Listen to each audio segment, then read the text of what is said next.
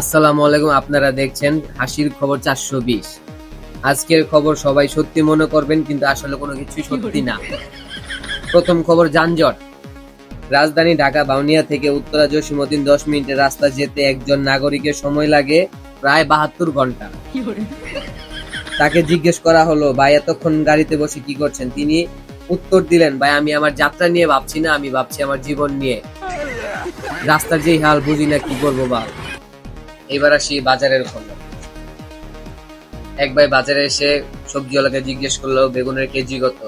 দোকানদার ভাই বললো, একদম ৮০, না নিলে গলায় দেন ফাঁসি, কারণ আমি আপনার বউকে ভালোবাসি। দুই এক কথা কাটাকাটিতে দুইজনের মধ্যে সংঘর্ষণ হয়ে একজন হসপিটালে ভর্তি আর একজন মেডিকেলে ভর্তি।